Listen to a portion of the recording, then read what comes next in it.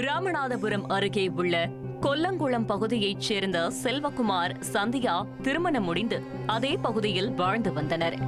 இந்நிலையில் கடந்த 2 தினங்களுக்கு முன்பு சந்தியா தனது கணவர் செல்வகுமாருடன் இருசக்கர வாகனத்தில் சென்றுள்ளார்.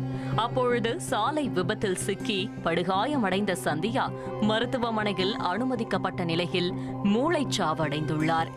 இதையடுத்து இறக்கும் தருவாயில் இருந்ததால் மருத்துவர்கள் உறுப்பு தானம் குறித்து உறவினர்களிடம் எடுத்துரைத்த பின் ராமநாதபுரம் அரசு மருத்துவக் கல்லூரி மருத்துவமனையில் உறவினர்களின் சம்மதத்துடன் உறுப்புகள் அனைத்தும் தானம் செய்யப்பட்டன.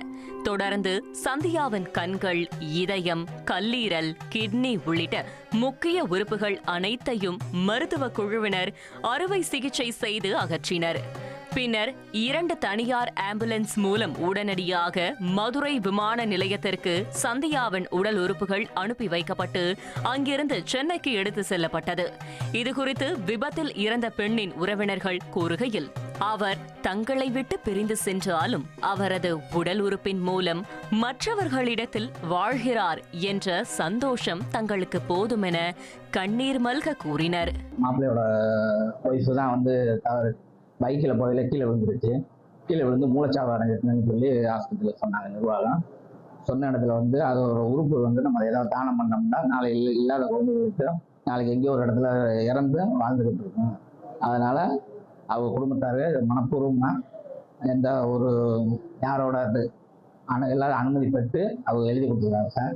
அதனால் இது நாங்கள் அந்த பிள்ளை இறந்துருந்து கூட இல்லை, இன்னும் வாழ்ந்துட்டு தான் இருக்குது. இப்போ கூட கண்தான சர்டிஃபிகேட் கொடுத்துருக்காங்க. இருதயம் எல்லாமே ஆப்ரேஷன் பண்ணி அங்கங்கே போயிடுச்சு, தஞ்சாவூர் பக்கம் போயிடுச்சுன்னு சொல்லியிருக்காங்க. அது அந்த பிள்ளோட ஆத்ம சாந்தியடைய எல்லாம் நாங்கள் சென்று பிரார்த்தனை பண்ணுறோம். பின்னர் இதுகுறித்து பேசிய ராமநாதபுரம் அரசு மருத்துவக் கல்லூரி மருத்துவமனை முதல்வர் அமுதராணி, முதல் முறையாக இதுபோல உறுப்புகள் தானம் நடைபெற்றதாக தெரிவித்தார். சந்தியா என்ற ஒரு பெண்மணி 27/8/25 அன்று சுமார் மதியம் 2 மணி அளவில் விபத்தில் சிக்கி 2 சக்கர வாகனத்தில் சென்று கொண்டிருக்கும் போது தடுக்கி விழுந்து தலையில் பலத்த காயத்துடன் ராமநாதபுரம் மருத்துவக் கல்லூரி மருத்துவமனையில் அவசர சிகிச்சை பிரிவில் அனுமதிக்கப்பட்டார்.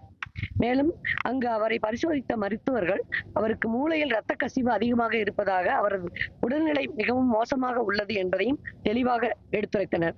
பின்பு 28/8/25 அன்று அவரது மூளை செயல்பட்டிருக்கிறதா என்பதை கண்டறிய பரிசோதனைகள் மேற்கொள்ளப்பட்டது. அந்த அறிக்கை முடிவில் அவருடைய மூளை செயலிழந்து விட்டதாக மருத்துவர்களால் அவரது உறவினரிடம் தெளிவாக எடுத்துரைக்கப்பட்டது.